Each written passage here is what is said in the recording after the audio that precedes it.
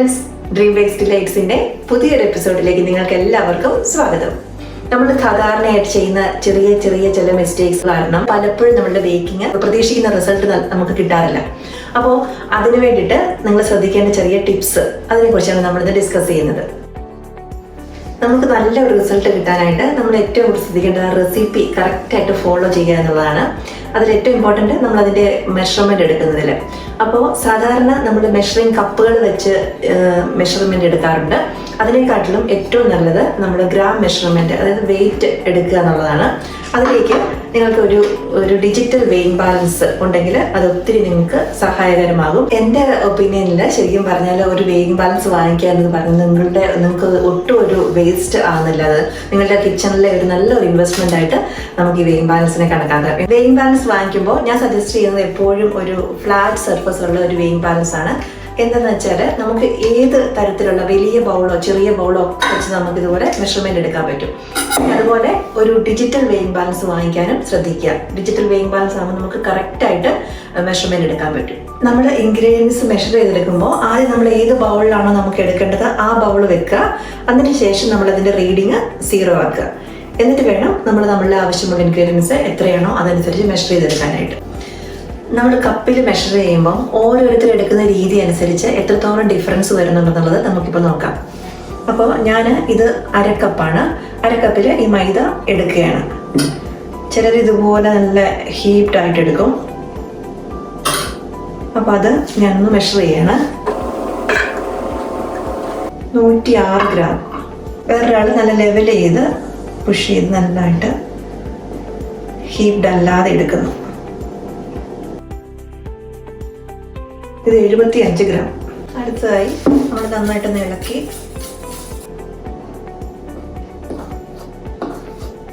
നന്നായിട്ട് ലെവൽ ചെയ്ത് എടുക്കുന്ന 60 ഗ്രാം. ഇത് മൂന്നും നമ്മൾ ഈ അര കപ്പ് മെഷർമെന്റിൽ എടുത്തതാണ്. ഇത് രണ്ടും ലെവൽ ചെയ്തെടുത്തതാണ്. ഈ 75 ഗ്രാം എന്നതും ഈ 60 ഗ്രാം എന്നതും ഈ അര കപ്പിൽ നമ്മൾ ലെവൽ ചെയ്തെടുത്തതാണ്. പക്ഷെ അവിടെ തന്നെ 15 ഗ്രാമോളം ഡിഫറൻസ് വന്നു. അത് നമ്മൾ ഇത്രയും ചെറിയ ക്വാണ്ടിറ്റി എടുത്തിട്ടാണ് ഈ ഡിഫറൻസ്. അപ്പം നമ്മളൊരു 800 ഗ്രാമോ അല്ലെങ്കിൽ 600 ഗ്രാമോ ഒക്കെ എടുക്കുമ്പോൾ എത്രത്തോളം ഡിഫറൻസ് വരുന്നുണ്ടെന്നുള്ളത് മനസ്സിലാവുമല്ലോ. ഇനി നിങ്ങൾക്ക് വെയിങ് ബാലൻസ് ഇല്ലാത്തവർ കപ്പിൽ തന്നെ എടുക്കാൻ പറ്റുള്ളൂ, വേറെ ഓപ്ഷൻ അവർക്കില്ല. അപ്പം അങ്ങനെയുള്ളപ്പം എപ്പോഴും എടുക്കേണ്ടത് എങ്ങനെയാണെന്ന് വെച്ചാൽ നമ്മുടെ ഈ ഫ്ലോറ് നന്നായിട്ട് നമ്മളൊന്ന് ഇളക്കി കൊടുക്കണം. സ്പൂണ് വെച്ചോ ഒരു വിസ്ക് വെച്ചോ ഇങ്ങനെ ഇളക്കി കൊടുത്ത് നല്ല എയറേഷൻ കൊടുക്കണം. അതിനുശേഷം നമ്മുടെ മെഷറിംഗ് കപ്പ് എടുത്തിട്ട് വെറുതെ ഇങ്ങനെ എടുക്കുക. പ്രസ് ചെയ്യുമോ അങ്ങനെ ഒന്നും ചെയ്യണ്ട. ജസ്റ്റ് ഇങ്ങനെ എടുക്കുക. എന്നിട്ട് അതിനെ നമ്മൾ ലെവൽ ചെയ്യണം. ലെവൽ ചെയ്യുമ്പം ഈ സ്പൂണിൻ്റെ ഈ ഭാഗം വെച്ച് ഇങ്ങനെ ലെവൽ ചെയ്തിട്ടുണ്ടെങ്കിൽ കുഴിഞ്ഞൊക്കെ പോകും. അതുകൊണ്ട് നമ്മൾ സ്ട്രെയിറ്റ് ആയിട്ടുള്ള ഈ ഭാഗം വെച്ച് നമ്മൾ ലെവൽ ചെയ്ത് ഇങ്ങനെ വേണം എടുക്കാൻ. കപ്പിൽ എടുക്കുമ്പോൾ ഇതുപോലെ വേണം നമ്മൾ എടുക്കാനായിട്ട്. നമ്മൾ യൂസ് ചെയ്യുന്ന കപ്പിൻ്റെ ബ്രാൻഡ് അനുസരിച്ചും ചെറിയ ഡിഫറൻസ് ഒക്കെ ഉണ്ടാവാറുണ്ട്. അതുപോലെ എൻ്റെ റെസിപ്പികളിൽ ഞാൻ ലിക്വിഡ് ആയിട്ടുള്ള നമ്മുടെ വെള്ളം, മിൽക്ക്, ഓയിൽ ഇതൊക്കെ എടുക്കുന്നത് ഗ്രാം മെഷർമെൻറ്റിലാണ്. അപ്പോൾ എന്നോട് എൻ്റെ ഫ്രണ്ട് ചോദിച്ചു, എന്താ അങ്ങനെ ചെയ്യുന്നത്? ഈ ലിക്വിഡൊക്കെ നമ്മൾ ml ഒക്കെയല്ലേ അല്ലെ കപ്പിലൊക്കെ അല്ലേ പറയേണ്ടതെന്ന്. കപ്പിൽ നമ്മൾ ലിക്വിഡ് മെഷർ ചെയ്യുമ്പോഴും നല്ല ഡിഫറൻസ് ഉണ്ടാവാറുണ്ട് ഓരോരുത്തർ എടുക്കുന്നതനുസരിച്ച്. ഇപ്പോൾ ഇത് ഈ അര കപ്പിൽ ഞാൻ വെള്ളം എടുക്കുകയാണ്. അതൊന്ന് നമുക്ക് മെഷർ ചെയ്ത് നോക്കാം. 101 ഗ്രാം. നമ്മൾ ലിക്വിഡ് മെഷർ ചെയ്യുമ്പോൾ നമ്മുടെ ഐ ലെവലിൽ വേണം നമ്മൾ നോക്കാനായിട്ട്. അപ്പോൾ ഇതിനെ നമുക്കൊന്ന് മെഷർ ചെയ്ത് നോക്കാം. 115 ഗ്രാം. വ്യത്യാസം കണ്ടോ? അപ്പോൾ അതുകൊണ്ട് നിങ്ങൾക്ക് കപ്പേ ഉള്ളൂ എന്നുണ്ടെങ്കിൽ ഒരിക്കലും ഇങ്ങനെ എടുക്കാതിരിക്കുക. നമ്മൾ ഓർക്കും ഇത് ഫുള്ളാണെന്ന്.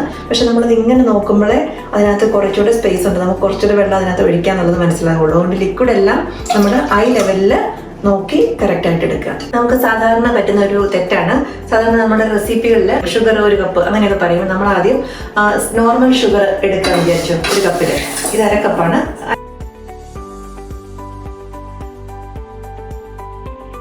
103 ഗ്രാം. നമ്മൾ പൗഡർ ഷുഗറാണ് എടുക്കുന്നതെങ്കിൽ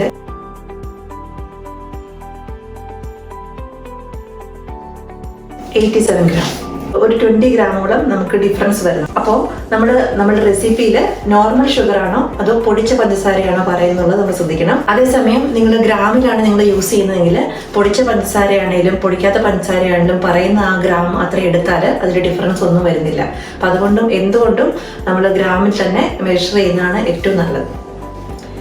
അതുപോലെ പലർക്കും ഉള്ള ഡൗട്ടാണ് ഈ ബേക്കിംഗ് പൗഡറും ബേക്കിംഗ് സോഡയും മാറിപ്പോകുന്നു, അല്ലെങ്കിൽ രണ്ടും ഒന്നാണെന്ന് തെറ്റിദ്ധരിക്കുന്നു. ബേക്കിംഗ് സോഡയും ബേക്കിംഗ് പൗഡറും രണ്ട് ഡിഫറെൻറ്റ് കെമിക്കലാണ്. അപ്പോൾ അത് എടുക്കുമ്പോൾ വാങ്ങിക്കുമ്പോഴൊക്കെ ശ്രദ്ധിക്കുക. പിന്നെ ഇത് രണ്ടും നമ്മൾ സാധാരണ മെഷർ ചെയ്യുന്നത് ടേബിൾ സ്പൂൺ ടീസ്പൂൺ കണക്കിലാണ് അല്ലേ. അപ്പോൾ നമ്മുടെ കിച്ചണിലുള്ള വലിയ സ്പൂൺ ടേബിൾ സ്പൂൺ എന്നും ചെറിയ സ്പൂൺ ടീസ്പൂൺ എന്നാണ് നമ്മൾ പറഞ്ഞു വെച്ചേക്കുന്നത്. പക്ഷെ നമ്മൾ ബേക്കിങ്ങിന് ഈ 2 സ്പൂണും അല്ല യൂസ് ചെയ്യേണ്ടത്. ഇതിൽ യൂസ് ചെയ്താൽ നമുക്ക് കറക്റ്റ് ആയിട്ടുള്ളത് കിട്ടത്തില്ല. പിന്നെ ഈ ബേക്കിംഗ് പൗഡറും ബേക്കിംഗ് സോഡയൊക്കെ നമ്മൾ കുറച്ച് അളവ് കൂടുതലോ കുറഞ്ഞോ പോയാൽ നമ്മുടെ കേക്ക് ഫ്ലോപ്പായി പോകും. അപ്പോൾ നമുക്ക് അത്യാവശ്യമുള്ളൊരു സംഭവമാണ് ടേബിൾ സ്പൂൺ ടീസ്പൂണിൻ്റെ സെറ്റ്. അപ്പോൾ ഇതിൽ വലുത് ഇതാണ് ടേബിൾ സ്പൂൺ, 1 ടേബിൾ സ്പൂൺ. പിന്നെ ഇത് ടീസ്പൂൺ എന്ന് പറയുന്നത് ചെറുത്. അപ്പോൾ ഇത് എടുക്കുമ്പോൾ നമ്മൾ നേരത്തെ കപ്പിൽ എടുത്തതുപോലെ ഹീപ്ഡ് ആയിട്ട് എടുക്കരുത്, പ്രസ് ചെയ്ത് ഞെക്കി എടുക്കരുത്. അപ്പോൾ ഈ പൗഡറിനെ ഒന്ന് ജസ്റ്റ് ഇങ്ങനെ ഒന്ന് മിക്സ് ചെയ്യാം, ഇളക്കി എടുത്തിട്ട് ഇങ്ങനെ ഹീപ്പായി എടുക്കാതെ നമ്മളതിനെ സ്പൂണിൻ്റെ ഈ അറ്റം വെച്ചിട്ട് ഇങ്ങനെ ലെവൽ ചെയ്യണം. ലെവൽ ചെയ്തിട്ട് വേണം നമ്മൾ എടുക്കാനായിട്ട്. ഇതാണ് 1 ടീസ്പൂൺ എന്ന് പറയുന്നത്. നമുക്ക് എല്ലാവർക്കും അറിയാവുന്ന കാര്യമാണ്, നമ്മൾ ബേക്ക് ചെയ്യുമ്പോൾ നമ്മളുടെ ഇൻഗ്രീഡിയൻസ് എല്ലാം റൂം ടെമ്പറേച്ചറിലായിരിക്കണം. എന്നാൽ നേരത്തെ തന്നെ ഫ്രിഡ്ജിൽ നിന്ന് പുറത്തെടുത്ത് വെക്കണം. മുട്ടയാണേലും ബട്ടർ ആണേലും മിൽക്ക് ആണേലും എല്ലാം. അപ്പോൾ നിങ്ങളത് മറന്നു പോയിട്ടുണ്ടെന്നുണ്ടെങ്കിൽ, ഇപ്പോൾ സാധാരണ ചെയ്യുന്നത് ബട്ടർ എടുക്കും, ബട്ടർ പുറത്ത് വെക്കാൻ മറന്നുപോയി. അപ്പോൾ അത് മുറിച്ചെടുത്തിട്ട് നമ്മളത് ഒന്നെങ്കിൽ മൈക്രോവേവിൽ വെച്ചിട്ട് ചൂടാക്കും. അപ്പോൾ അത് ചിലപ്പോൾ മെൽറ്റായി പോകും. അപ്പോൾ അത് ഗീ ആയി മാറും. ഗീ ആയി മാറിയിട്ടുണ്ടെങ്കിൽ നിങ്ങളുടെ റെസിപ്പിയിൽ ബട്ടറാണ് പറഞ്ഞേക്കുന്നുണ്ടെങ്കിൽ നിങ്ങൾ ഗീ യൂസ് ചെയ്താൽ നിങ്ങൾക്ക് ആ റിസൾട്ട് കിട്ടില്ല. അപ്പോൾ അങ്ങനെയുള്ള സമയത്ത് ഇപ്പോൾ മുട്ട നമ്മൾ എടുത്ത് വെക്കാൻ മറന്നു പോയെന്നുണ്ടെങ്കിൽ റൂം ടെമ്പറേച്ചറിൽ എത്തിക്കാനായിട്ട് ഞാൻ സാധാരണ ചെയ്യുന്നത് കുറച്ച് വെള്ളം ഒഴിച്ച് വെക്കും. വെള്ളത്തിൽ 2 പ്രാവശ്യം കഴുകി എടുക്കുകയും അല്ലെങ്കിൽ വെള്ളത്തിൽ ഒഴിച്ച് കുറച്ച് നേരം വെക്കുന്നതാൽ അത് പെട്ടെന്ന് റൂം ടെമ്പറേച്ചറിലായി മാറും. ബട്ടർ ആണെന്നുണ്ടെങ്കിൽ ചെറിയ സ്ലൈസ് ആയിട്ട് ഇങ്ങനെ കട്ട് ചെയ്ത് വെച്ചാൽ ഇത് പെട്ടെന്ന് റൂം ടെമ്പറേച്ചറിലാവുകയും ചെയ്യും. ഒരിക്കലും ബട്ടറിനെ മെൽറ്റ് ചെയ്ത് ഗീ ആക്കിയിട്ട് നമ്മൾ യൂസ് ചെയ്യരുത്. ഗീ അല്ല നമ്മുടെ റെസിപ്പിയിൽ പറഞ്ഞിട്ടുള്ളതെങ്കിൽ. എന്നോട് കുറച്ച് പേര് ചോദിച്ചു, എപ്പോൾ നോക്കിയാലും നിറയെ സ്റ്റീലിൻ്റെ ബൗളാണല്ലോ മുമ്പിൽ കാണുന്നത്. എനിക്ക് ബേക്ക് ചെയ്യുമ്പോൾ സ്റ്റീൽ ബൗളാണ് ഏറ്റവും ഇഷ്ടം. കാരണം എന്താണെന്ന് വെച്ചാൽ ഇത് ഹാൻഡിൽ ചെയ്യാൻ എളുപ്പമാണ്, പൊട്ടത്തില്ല, കനമൊന്നുമില്ല. പിന്നെ കഴുകാനാണെങ്കിൽ നല്ല ഈസിയാണ്, പെട്ടെന്ന് നമുക്ക് കഴുകിയെടുക്കാം. പിന്നെ നമ്മൾ ബട്ടറും ക്രീമും ഒക്കെ നമ്മൾ പറ്റിയ പാത്രങ്ങൾ ചൂടുവെള്ളത്തിൽ വേണം കഴുകാനായിട്ട്.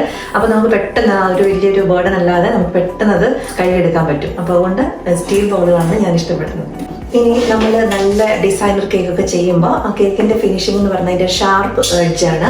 അപ്പോൾ ഈ ഷാർപ്പ് എഡ്ജ് കിട്ടാനായിട്ട് നമുക്ക് ഏറ്റവും കൂടുതൽ ഹെൽപ്പ് ചെയ്യുന്ന ഇതുപോലത്തെ പാത്രങ്ങളാണ്. ബേക്കിംഗ് പാനുകൾ, ഇതിൻ്റെ എഡ്ജുണ്ട്, നല്ല ഷാർപ്പായിട്ടുള്ള പാന്, അലുമിനിയത്തിൻ്റെ. അപ്പോൾ ഇതാണ് എനിക്ക് ഏറ്റവും ഇഷ്ടം. ഇനി ഈ പാനാണെങ്കിൽ നോക്കുക, ഇതിൻ്റെ സൈഡ് ഇങ്ങനെയാണ് പറയേണ്ടത്, സ്ട്രെയിറ്റ് അല്ല, കുറച്ച് എക്സ്പാൻഡഡ് ആണ്. ഈ ഭാഗം ചെറുതും ഈ ഭാഗം വലുതും. അങ്ങനെയുള്ള പാനുകൾ യൂസ് ചെയ്താൽ നമുക്ക് നല്ല ഡിസൈനർ കേക്കൊക്കെ ചെയ്യുമ്പോൾ ആ ഭംഗിയായിട്ടുള്ള ഷാർപ്പ് എഡ്ജ് കിട്ടാനുള്ള ബുദ്ധിമുട്ടുണ്ടാവും. അതുപോലെ ഈ പാനിൻ്റെ എഡ്ജ് നോക്കിയാൽ കേർവ്ഡ് ആണ്. അപ്പോൾ നമ്മൾ ഷാർപ്പ് എഡ്ജ് നിങ്ങൾക്ക് വേണമെന്നുണ്ടെങ്കിൽ ഒരിക്കലും ഇതുപോലത്തെ കേർവ്ഡ് കോർണേഴ്സ് ഉള്ള എഡ്ജുള്ള പാൻ വാങ്ങിക്കരുത്. പിന്നെ അതുപോലെ തന്നെ നമ്മൾ ബാറ്റർ ഫില്ല് ചെയ്യുമ്പോഴും അതും എല്ലാവർക്കും അറിയാവുന്ന കാര്യമായിരിക്കും. അറിയത്തില്ലാത്തവരാരെങ്കിലും ഉണ്ടെങ്കിൽ അവർക്ക് വേണ്ടിയാണ്. നമ്മൾ പാൻ എടുക്കുമ്പോൾ ഈ പാനിൻ്റെ ഒരു പകുതി നമ്മൾ ബാറ്റർ ഇടാവുള്ളൂ. എന്നിട്ട് നമ്മളൊന്ന് ടാപ്പ് ചെയ്തിട്ടൊക്കെ വേണം നമ്മൾ ഇത് ബേക്ക് ചെയ്യാനായിട്ട് വെക്കാനായിട്ട്. ഒരു 3/4 ഭാഗത്തോളമൊക്കെ നമ്മൾ ബാറ്റർ ഒഴിച്ചിട്ടുണ്ടെന്നുണ്ടെങ്കിൽ ഈ ബാറ്റർ കുക്ക് ചെയ്ത് വരുമ്പോൾ അതിന് എക്സ്പാൻഡ് ചെയ്യാനുള്ള സ്ഥലമൊന്നും ഇല്ലാതെ അതിങ്ങനെ ഡോം ഷേപ്പിൽ വന്ന് ക്രാക്കായി അങ്ങനെയൊക്കെ സംഭവിക്കും. നമ്മുടെ കേക്ക് പാത്രത്തിൽ ഇങ്ങനെ വറ്റിപ്പിടിച്ചിരിക്കാതിരിക്കാനും ഒക്കെ നമുക്ക് നന്നായിട്ട് അതിനകത്ത് വിട്ട് കിട്ടാനൊക്കെ ആയിട്ട് നമ്മുടെ പാൻ നന്നായിട്ട് ലൈൻ ചെയ്യണം. അതിന് വേണ്ടിയിട്ട് കുറച്ച് ബട്ടർ ഇങ്ങനെ തൂത്ത് കൊടുക്കാം. സൈഡിലും താഴെയുള്ള നന്നായിട്ട് ബട്ടർ തൂത്ത് കൊടുക്കാം. ചില കേക്കുകൾ ഒത്തിരി സ്റ്റിക്കി ആയിട്ടുള്ള കേക്ക് കാണിക്കും. അങ്ങനെയാണെങ്കിൽ നമ്മൾ ഈ സൈഡും ഇവിടെയും ഇതുപോലെ പേപ്പർ ഇടണം, ബട്ടർ പേപ്പർ. അല്ലാന്നുണ്ടെങ്കിൽ സാധാരണ വാനില കേക്കൊക്കെ ആണെങ്കിൽ താഴെ മാത്രം ഈ പേപ്പർ നമ്മൾ ഇട്ടാൽ മതി. താഴ്ഭാഗം നമ്മൾ ഇവിടെ ഇങ്ങനെ വെക്കുക. എന്നിട്ട് ഒരു പെൻസിൽ എടുത്തിട്ട് ഒരു വട്ടം വരയ്ക്കുക. എന്നിട്ട് ഇതിനെ മുറിച്ചെടുക്കുക.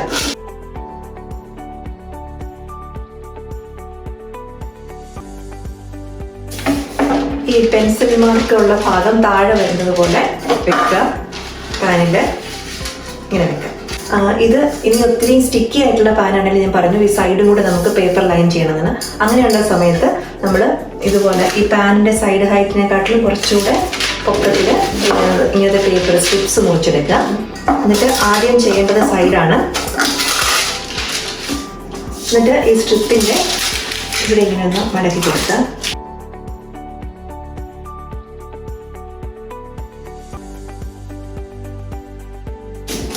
അതിനുശേഷം ഈ ചെറിയ ഭാഗത്തിന് നമുക്കിങ്ങനെ 3-4 കട്ട് കൊടുക്കണം. ഈ പാനിൻ്റെ സൈഡിൽ നമ്മൾ ഓൾറെഡി ബട്ടർ കുറച്ച് തൂത്തിട്ടുണ്ട്. ഇങ്ങനെ ഇറക്കി വെക്കുക. ഇനി കുറച്ചുകൂടെ ബട്ടർ എടുത്തിട്ട് നമ്മൾ ഈ താഴത്തെ പോർഷനിൽ ഇട്ട് കൊടുക്കുക. ഈ പേപ്പറിൽ ഇനി നമ്മൾ കട്ട് ചെയ്ത് വെച്ചിരിക്കുന്ന റൗണ്ട് ഇതിനകത്തേക്ക് വെച്ച് കൊടുക്കുക. അപ്പോൾ നമ്മുടെ പാൻ റെഡിയാക്കുന്നതിനെ കുറിച്ച് നമ്മൾ കണ്ടു. ഇനി നമ്മൾ ഇതിൽ പകുതി ഭാഗം വരെ മാത്രം ബാറ്റർ ഒഴിക്കുന്നു. അതിനുശേഷം നമ്മൾ ബേക്ക് ചെയ്യാൻ വെക്കുന്നു. പിന്നെ ശ്രദ്ധിക്കേണ്ട ഒരു കാര്യം എന്താണെന്ന് വെച്ചാൽ നമ്മളുടെ ഓരോരുത്തരുടെയും ഓവൻ ഡിഫറെൻ്റ് ആണ്. അപ്പോൾ അതുകൊണ്ട് റെസിപ്പിയിൽ 180 ഡിഗ്രിയിൽ 30 മിനിറ്റ് ബേക്ക് ചെയ്യുക എന്ന് പറഞ്ഞാൽ നിങ്ങൾ അങ്ങനെ തന്നെ അങ്ങ് ഫോളോ ചെയ്യരുത്. നിങ്ങൾ ശ്രദ്ധിക്കണം, നിങ്ങളുടെ കേക്ക് 25 മിനിറ്റിൽ തന്നെ ബേക്ക്ഡ് ആവുന്നുണ്ടോ അതോ ഇനി കുറച്ചുകൂടി സമയം വേണോ എന്നൊക്കെ നമ്മൾ ശ്രദ്ധിക്കണം. അപ്പോൾ ഇടയ്ക്കിടയ്ക്ക് ഓവൻ തുറന്നു നോക്കുന്നതും നല്ലതല്ല. എന്തായാലും ഒരു ഇതുപോലെയുള്ള ഒരു 1 കിലോയുടെ കേക്ക് ചെയ്യുകയാണെന്നുണ്ടെങ്കിൽ ഒരു 20-22 മിനിറ്റ് കണ്ടിന്യൂസ് ബേക്ക് ചെയ്യുക. അതിനുശേഷം നമ്മൾ പതുക്കെ ഓവൻ ഡോർ ഒന്ന് തുറന്നു നോക്കുക. അപ്പോൾ കേക്കിന് പുറത്തെടുത്ത് വെക്കരുത്. എടുത്തു വെച്ചാൽ പെട്ടെന്ന് ഒരു ടെമ്പറേച്ചർ വ്യത്യാസം വരുമ്പോൾ നമ്മുടെ കേക്ക് ഒന്നെങ്കിൽ ഇങ്ങനെ താന്നു പോകാനും ഒക്കെയുള്ള സാധ്യതകളുണ്ട്. അപ്പോൾ ഓവൻ തുറന്നു നോക്കി അതിനകത്ത് തന്നെ വെച്ച് അത് പാകമായോ എന്ന് നോക്കുക. ഇല്ല എന്നുണ്ടെങ്കിൽ അടച്ചു വെച്ചിട്ട് 5 മിനിറ്റ് കൂടെ നമ്മൾ ബേക്ക് ചെയ്യണം. ഇപ്പം നമ്മൾ 2-3 പ്രാവശ്യമൊക്കെ ബേക്ക് ചെയ്യുമ്പോൾ നമുക്ക് നമ്മുടെ ഓവനെ മനസ്സിലാവത്തുള്ളൂ. നമ്മൾ ആദ്യം നമ്മുടെ ഓവനെ മനസ്സിലാക്കി എടുക്കണം. എത്ര സമയത്തിലാണ് നമുക്ക് നല്ലൊരു കേക്ക് കിട്ടുക എന്നുള്ളതൊക്കെ. മിക്കവാറും പേർക്ക് ബേക്കിംഗ് അറിയാം. ഇനി എങ്ങനെയാണ് കേക്ക് ഡെക്കറേറ്റ് ചെയ്യേണ്ടത് എന്ന് ഡൗട്ട് ഉള്ളവരുണ്ട്. പലപ്പോഴും വിപ്പിംഗ് ക്രീം വിപ്പ് ചെയ്യുമ്പോൾ ആ കറക്റ്റ് കൺസിസ്റ്റൻസി വരുന്നില്ല, അതുകൊണ്ട് ഐസിങ് ചെയ്യാൻ പറ്റുന്നില്ല, ലൂസായി പോകുന്നു, അതൊക്കെ കംപ്ലൈൻ്റ് ഉള്ള കുറേ പേരുണ്ട്. അവർക്കൊക്കെ വേണ്ടിയിട്ടുള്ള വീഡിയോ ആണ് അടുത്ത് ഞങ്ങൾ ചെയ്യാൻ പോകുന്നത്. നിങ്ങൾക്കൊക്കെ ഈ വീഡിയോ ഉപകാരപ്രദമായി എന്ന് വിചാരിക്കുന്നു. അങ്ങനെയാണെന്നുണ്ടെങ്കിൽ നിങ്ങളുടെ ഈ ബേക്കിങ്ങിൽ ഇൻട്രസ്റ്റ് ഉള്ള നിങ്ങളുടെ ഫ്രണ്ട്സിനും റിലേറ്റീവ്സിനും ഒക്കെ ഇത് ഷെയർ ചെയ്ത് കൊടുക്കുക. ഇതുവരെ നിങ്ങൾ ഈ ചാനൽ സബ്സ്ക്രൈബ് ചെയ്തിട്ടില്ല എന്നുണ്ടെങ്കിൽ സബ്സ്ക്രൈബ് ചെയ്യുക. നമുക്ക് അടുത്ത എപ്പിസോഡിൽ വീണ്ടും കാണാം. എല്ലാവർക്കും നന്ദി.